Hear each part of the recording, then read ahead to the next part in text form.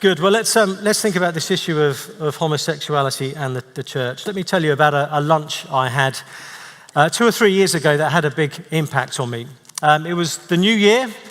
A man had come to one of our church Christmas carol services. He was a guy who worked in one of the buildings next door to our church offices.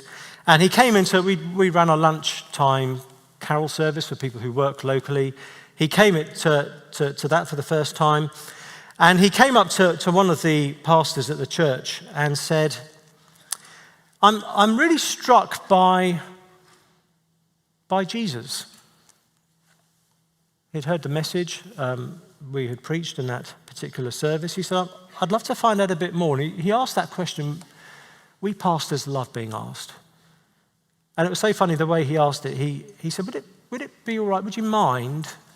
Would it be okay? I don't want to be in imposition, and I know you're busy, but would it be all right if we had lunch together and you told me about Jesus? So I said, well, I'll have to look at my diary and my schedule, and, I am busy, and it isn't. I'd love to. The answer to that question is always yes. Something else gets cancelled if need be. Someone wants to meet and talk about Jesus. That is wonderful. That's what we get out of bed for. So I had lunch with this guy. He had already made it known that he was a guy who'd been in a long-term gay relationship, that was a very important thing for him. And so I sensed that was going to be an issue he might be wanting to raise in our discussion. And so, needless to say, as we started to chat and eat lunch together, he said, so I'm intrigued about Jesus, and I want to know this. If I ever followed Jesus, what would it mean for my gay relationship? What would it mean for me and my partner? And so I tried as carefully and as sensitively and graciously as I could to kind of walk him through some of the big things Jesus says about God's purposes for marriage and sex, some of the stuff we were looking at last night. And he kind of listened carefully, thoughtfully, and he kind of put his fork down and just looked at me and said, my relationship is without doubt the best thing that's ever happened to me in my life. What could possibly be worth giving that up for? And I remember kind of looking at him, thinking, yeah, that's a good question. I think I even said to him, that's a really good question. I remember praying, hey, Lord, that's a really good question. A little bit of air cover here might help. And I was trying to think about how to answer that question. I thought I could just answer it by saying, well, you get heaven, you've got eternity, you've got being reconciled to God, but those felt so abstract. He was asking a ground level here and now question, and it warranted a ground level here and now answer. And the Lord gave me a verse to share with this dear man, and it's in Mark 10. It's a wonderful promise of Jesus, and I want to use it to frame what we're thinking about in these next few minutes. In Mark chapter 10, verse 28, Peter says to Jesus, look, we've left everything and followed you. Now, we don't know Peter's tone of voice. We're given the written version of what he said. We don't get to hear how he said it. Peter could have been bragging. It would not be untypical of Peter for him to have been bragging at this point. He could have been saying, hey, Jesus, we're the guys here. We've left everything and followed you. We're your team. We're the heroes. Or Peter could be saying this in despair and saying, Jesus, you do know we've left everything, don't you? You do know that, don't you? I left my career up in Galilee. I left behind my closest and nearest. We have actually left things to follow you. This is going to be worth it, right? Well, however Peter asks the question, Jesus answers it with this beautiful promise. He says, truly I say to you, when Jesus says truly I say to you, that's Jesus' way of saying, this bit's really important. Could you just lean forwards in your seat a bit? It's that kind of comment. Truly I say to you, there is no one who has left house or brothers or sisters or mother or father or children or lands for my sake and for the gospel, who will not receive 100-fold now in this time, houses and brothers and sisters and mothers and children and lands with persecutions, and in the age to come, eternal life. Now notice, Jesus assumes there will be things that we have to leave to follow him. Jesus assumes that. He assumes the hardest things to leave will be relational. Those who leave house or brothers or sisters or mother or father or children. But notice what Jesus says. He assumes the greatest cost will be relational, but he promises that we will receive back far more than we ever leave in this life. When Peter says we've left everything and followed you, Jesus doesn't say, I know it sucks, but grit your teeth, hang in there, and then one day there will be heaven. No, Jesus says in the age to come there is eternal life, but now in this time you will receive 100-fold. 100-fold, Peter. Whatever you have given up, whatever you have left behind, I will replace in godly, kind, and far, far greater measure.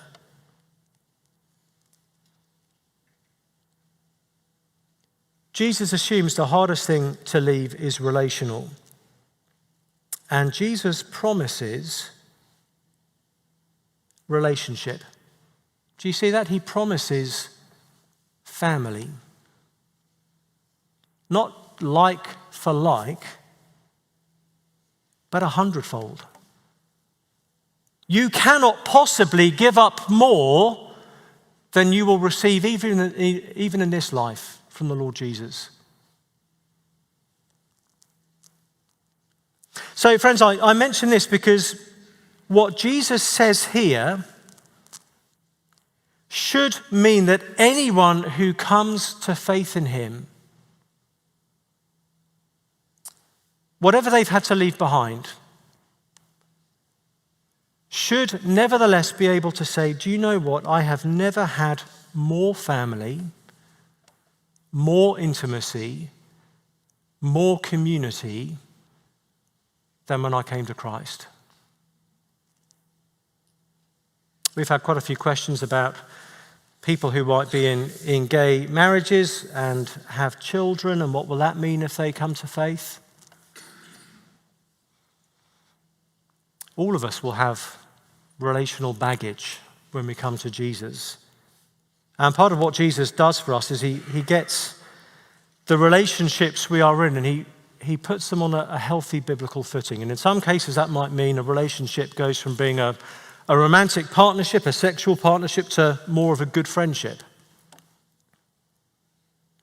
It might be that two people have been living together for many years feel actually, in order to be faithful to Jesus, it's best for them not to live under the same roof. But the Jesus who might lead us to do that is the Jesus who says, you will end up with more family, not less. And the reason I begin with that verse is because for that promise to be true, we have to be doing church in the right kind of way. We have to be the ones actually who are the means by which Jesus fulfills this promise. And it's a reminder to us on the issue of same-sex attraction, as with many other things, that getting this issue right is a team. It's a team issue. It's a team sport. It's a team activity. We do this together. The aim of these sessions is not that each of us walks away at the end and has clearer understanding of what the Bible says, and that's all good. It's that actually as Christian communities, we can be places where whatever people have to leave behind, they experience a net increase in family and intimacy. So I want to run through a few things that the church needs to do in order to help people with same-sex attraction to flourish and for these words of Jesus to be true in our corporate life together. Just a few things in no particular order. The first is we can't duck the issue. It's very easy with an issue as contentious as sexuality to think, well, we'll just we just won't go there as a church. We don't want to get in any trouble. We don't want to have people kind of getting antsy with stuff that we're saying. But let me say this to you, and I'm talking particularly to those of us who are church leaders. If the people in your church do not learn biblical truth on this issue from you, they most likely won't learn it from anyone. If you're not the one teaching them how to think about these things, actually it will be the world that does, because every time we watch a movie, every time we read a novel, every time we pick up a magazine, every time we log online and look at a website, the world is discipling us to think a certain way about our sexuality.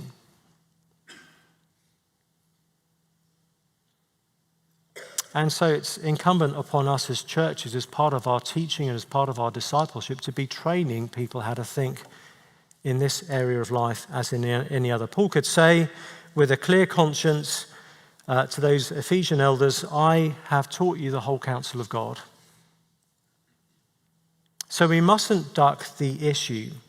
I know churches back in the UK that have a policy of not ever mentioning this issue publicly or from the pulpit in case they lose their platform. But my friends, you shouldn't seek a platform for the sake of the gospel if you're not willing to lose that platform for the sake of the gospel. And being unashamed of the gospel means being unashamed of all of it. So we mustn't duck the issue. Next, as churches, we must make it safe to talk about issues like this. For many years, as a young Christian believer with same-sex attraction, I didn't know I was allowed to have those experiences. I didn't know that I could be a Christian and face that temptation. I had got it into my head that I couldn't possibly tell this to anyone. And it was years before I did.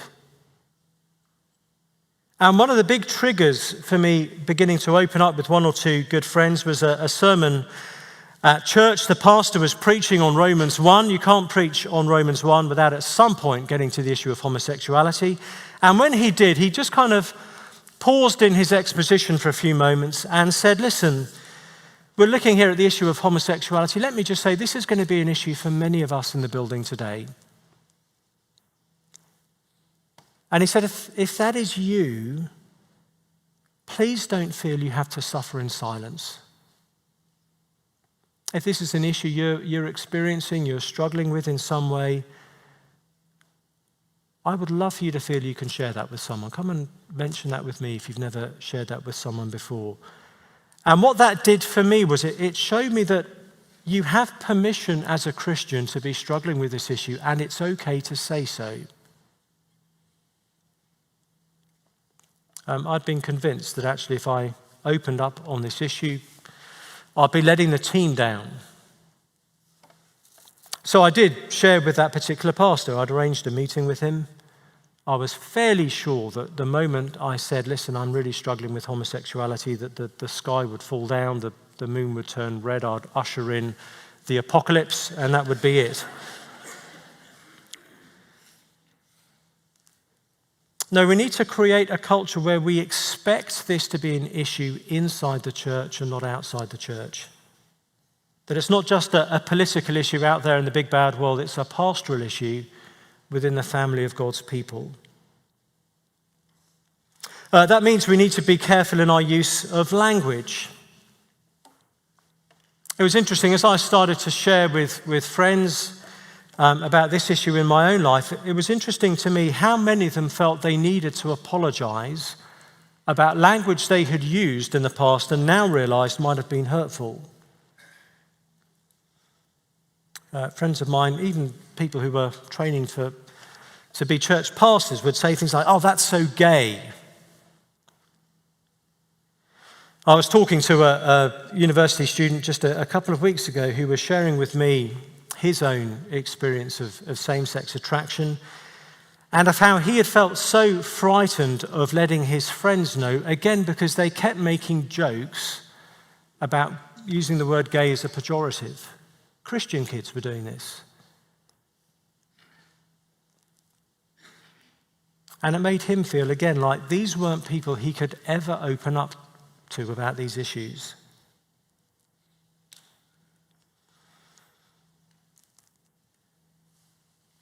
Tim Keller once said that church is meant to feel like the waiting room for a doctor's surgery and not the waiting room for a job interview. I love that. The waiting room for a job interview, you're looking impeccable. You're trying to act as though you are flawless and have no kind of failings or problems in life. Waiting room for a doctor, you don't mind too much if you're not looking your best. The assumption is you're in that room because there's something wrong with you. And if you were the kind of person who talks to strangers, you could turn to the person next to you and say, "So what are you in here for? What's wrong with you then?" And that is what church should be like. We are here because we're not right. You know, two of the most destructive words for a healthy church culture are, "I'm fine." No, you're not. In my kind of church background, I'm in an Anglican church back in the UK. We have a corporate form of confession every week. And one of the reasons for that is just to keep reminding people, you're not fine. You've just told me you're not fine in those words of the confession, so don't think you've got to pretend you are. And the great thing is about the gospel, it makes it a level playing field. We know that none of us are what we should be, and there is no reason, therefore, to look down on anybody else. I was talking to a group of pastors in England a while ago, and one of them asked me the question. I was talking about doing ministry on same-sex attraction and how we reach out to our LGBT friends and communities. And he said, "Yes, but how can you be around a gay person and not be disgusted by them?" I've got to say, I was kind of stunned by the question. I appreciated his candor and honesty on one level, but I was kind of taken aback that he actually had said that to me. And it took me a while to gather my thoughts. And the only thing I could think of saying to him at the time was, listen, the only way you not be disgusted by someone else's sin is being more disgusted by your own. Paul described himself as the chief of sinners, the worst of sinners. And I don't think it's because Paul had done an extensive survey and discovered, as it turns out, I actually am the worst of all sinners. There we go. No, it's more this, that when you've truly seen the sin in your own heart, you can't believe there are people out there who are more messed up than you are. Is that right? Again, that is the culture we need to have in our churches. As people do begin to share on issues like this, we need to bear in mind that it will have been difficult for them to do so. That pastor, the first person I shared about my struggles with, terrified that he was going to immediately excommunicate me from the church or something like that, the very first words that came out of his mouth when I told him I was struggling with homosexuality, he said to me, "Thank you. Thank you for sharing that with me. That means a great deal that you would feel able to do that." And I can't tell you what a relief those two words, "thank you," were. Of course, once people do open up on this issue, it's very important we don't define them by it. There's a guy in our church who has shared with a number of us that this is an issue for him, and one of my pastoral colleagues was chatting to him once and said, so how's it all going on the whole kind of homosexuality front? And this guy turned around and said to my colleague, he said, you do know that's not my only sin, don't you? He said, right now, the thing you need to be challenging me on is that I'm a boss, I run a company. He said, I'm being a really aggressive and ungodly boss at the moment. But you don't ever ask me about that. You always ask me about this. So we need to make a culture where it is safe to talk about these things. Next point, in our churches, we need to honor singleness. Now, some people with same-sex attraction will be able to go on to get married to someone of the opposite sex and will be able to enjoy that gift. For others, marriage will be unrealistic. And so for a lot of people, there is the prospect of long-term singleness and celibacy. And we need to show in our church life that that is a good thing and not a consolation prize. We need to make sure we don't denigrate singleness. I bumped into a lady a year or so ago who I used to work with about 10 years previously. I hadn't seen her for those 10 years. And so it was great seeing her. And I suddenly thought, so when I last saw you, your kids were teenagers. They'll be in their late 20s now. So I said, how are your kids doing? What are they up to now? And she said, oh, well, so-and-so's got married and the other one's engaged, so they're both sorted. And I remember thinking, yeah, I kind of know what she means by that. But at the same time, it still made me think, so what am I then? Unsorted? This kind of annoying, dangling loose end that needs to be tied up and made neat. It's interesting, in the New Testament, singleness isn't defined by what it isn't. It's not defined by what it lacks. It's not defined as the absence of certain things. It's defined as being an intrinsically good thing in and of itself. In 1 Corinthians 7, Paul talks about the gift of singleness, not sentence of singleness, not curse, but gift of singleness. And he speaks about its blessings in a number of ways. He talks about some of the troubles that we're spared if we are single. As a pastor and a friend, I've been around enough family homes to know that marriage and parenthood is not always a joy. I have seen parents go through the agony of watching their kids turn away from the faith. I've known parents who've had to bury their own children. There are certain troubles in this life that I am spared, certain heartaches I will not have to go through because I am single. But as well as that, Paul talks about certain opportunities that are unique. He talks about how we can serve the Lord in an undivided way if we're single.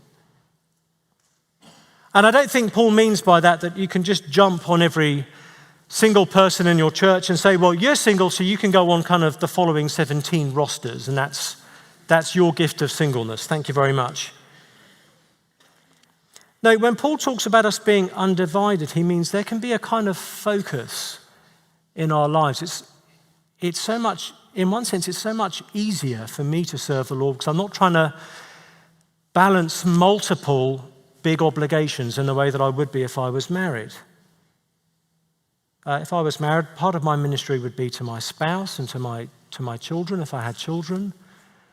And so it wouldn't always be clear to me how those different priorities should map out in any given situation. But actually, as a single person, I've got to say it's a lot more straightforward. And as well as that, it's not just you can do more ministry, but actually we have a capacity for friendship and intimacy. I want to submit to you that many people who are married can't always enjoy. I had an email from a friend of mine last week. He's a guy I know in California who, again, struggles with same-sex attraction, and he sent me a heartbreaking email last Wednesday. And he said in this email, "I've just realized I'm never, ever going to get married." He said, "I had hoped my feelings would change and that one day I'd meet a girl that I really liked. I can just see that. I just don't think that's going to happen. And it's just sunk in. I'm not going to be married." And he said, "The thought that I can't have the intimacy that I have such a deep longing for is unbearable. And I just need you to tell me it's going to be worth it." He said, "Because at the moment, all of my Christian responses to that issue feel like," and he used a colourful word I won't repeat here. And so I wrote back to him and said, "Hey, thank you for filling me in on that. I'm glad to know." And I said, when's the earliest you can Skype? So we had a Skype conversation soon after I got that email. And one of the things I tried to impress upon him was that we can live without sex. Jesus did. But we're not designed to live without intimacy. And one of the problems that we have is that our culture has so collapsed sex and intimacy into each other. We can't imagine there being any kind of intimacy that doesn't involve a sexual relationship. And so when we hear earlier generations talking about the deep bonds of friendship, culturally we roll our eyes and go, "Well, they were obviously gay, weren't they?" That is a very recent way to think. It's a very Western way to think, and it's a very unhealthy way to think. In the book of Proverbs, you cannot be wise without friends. And as Proverbs defines friendship, a friend is someone who knows your soul, and you know their soul. And that kind of friendship is a wonderful kind of intimacy. And so as a single person, there is a depth of intimacy with one person that I most likely won't experience in the way that a married person will. But on the other hand, there is a breadth of intimacy across a range of people that I can uniquely enjoy as a single person. As I was talking to this friend on Skype and telling him about some of the good friendships the Lord has given me back in the UK, it made me realize that when it comes to intimacy, I am very, very wealthy. A lot of people out there don't have one friend like that. Even some people who are married don't have that kind of intimacy. So we mustn't denigrate singleness. And it seems to me that there are a lot of churches that would happily have Paul as an apostle, but would not have Paul as a pastor. Because we don't want a single pastor, because if someone's single, there's something's a bit weird about them, right? No, we need to honor singleness. The most fully human and complete man who ever lived this earth was single. And so therefore we mustn't treat marriage, a romantic partnership or sexual fulfillment as being intrinsic for fulfilling our humanity, because the Lord Jesus was the most full human person who ever lived, and he wasn't married. He was celibate. Now, if marriage shows us the shape of the gospel, singleness shows us the sufficiency of the gospel. Because it's our way of declaring to a watching world that the marriage, the ultimate marriage, is sufficient for us. And we can joyfully forego marriage in this world, knowing that we have the ultimate reality it points to. So we need to honor singleness just as we honor marriage. Both have a wonderful way of pointing to the gospel. Next point, we need to promote friendship.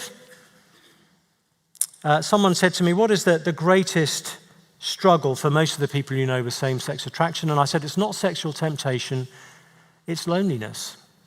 for a lot of people.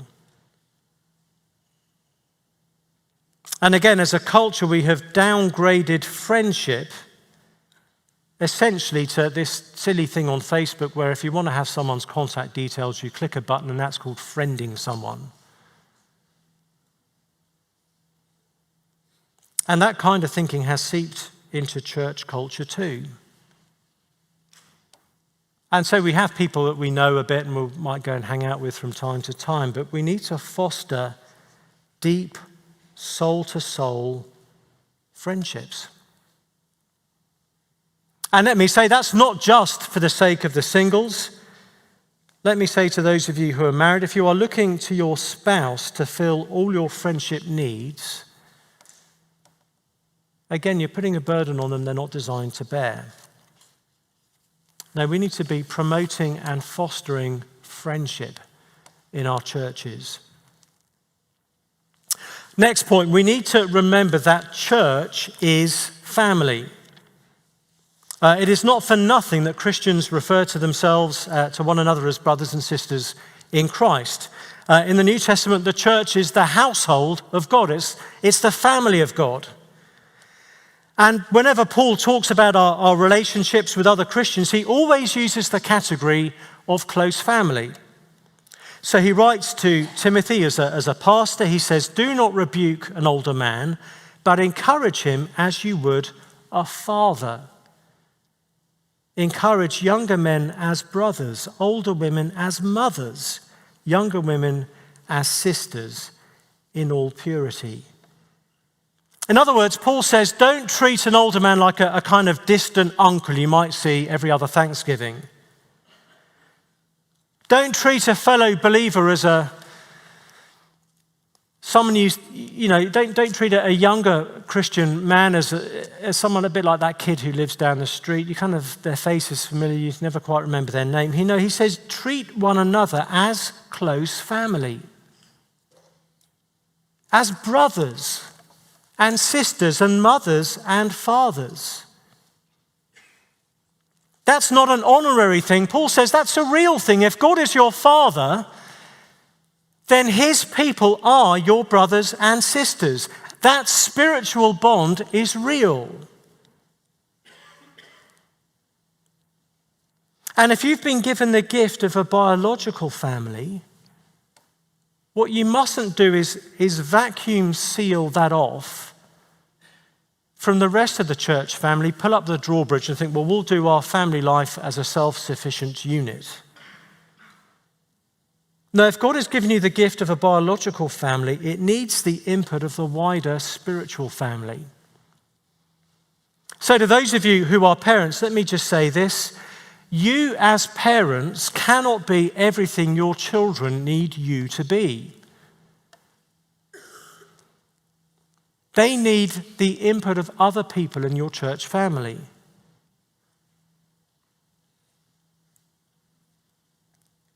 Another way of saying that, a slightly less flattering way of saying that is, I think you know this is the case. As parents, you do know you're a bit weird, don't you? Because they are raised by you, your kids are going to be a bit odd. Okay, if you're thinking that's not the case, the rest of us are thinking that about you, okay? So just bear that in mind. And therefore, having the input of other people in the church family is a wonderful way of kind of moderating some of the weirdness they're going to get from having been raised by you.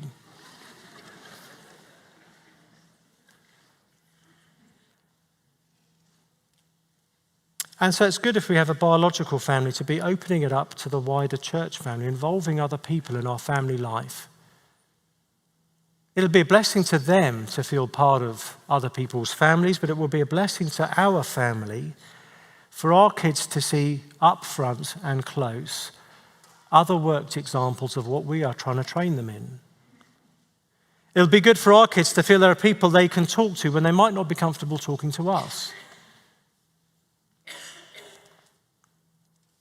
Again, Jesus' claim is that if we join his people, we will have more family, more intimacy, more closeness, and not less.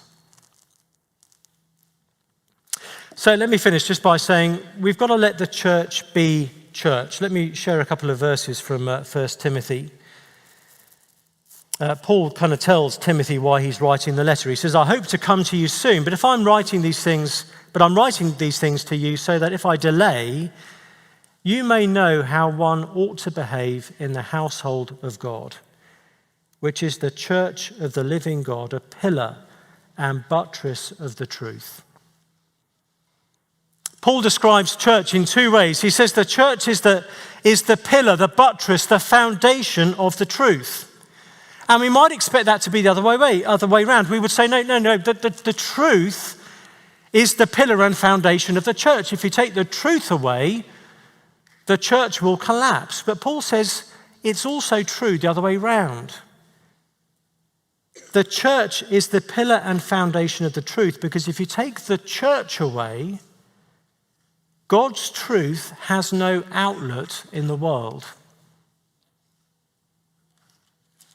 The church is God's means by which the truth is lifted up and held forth before a world that desperately needs it. So Paul describes the church as the pillar and foundation of the truth. He also describes the church as being the household and family of God. And my friends, those two things go together.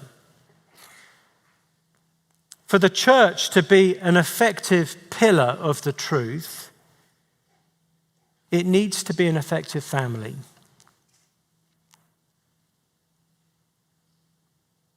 We will not persuade our culture on the truth of what the Bible says about sexuality unless the world can see people coming from an LGBT background joining our churches and flourishing.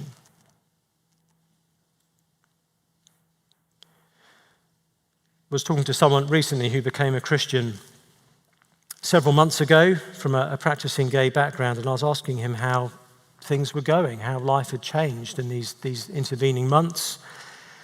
And he'd been with this particular partner he had had for a number of years, and I said, how is it now that you're not in that relationship anymore? I said, is it quite lonely? And he said it felt really lonely at first. But he said, since joining this church, I just feel like I've got more friends than I've ever had in my life. Well, may that be the case in our fellowships as well. Let me just say a word of prayer and then I'll dismiss us. Father, thank you for the gift of your people, that when you draw us to yourself, you put us in families. And we pray that you would help us as brothers and sisters, as church communities, to be places of grace and truth, to be places where it is safe to talk about the things that trouble us the most, things that shame us the most, places where we can feel both known and loved, where each of us can experience intimacy and family. And as we do so, we pray that a watching world would know that these things are so because you have first loved us.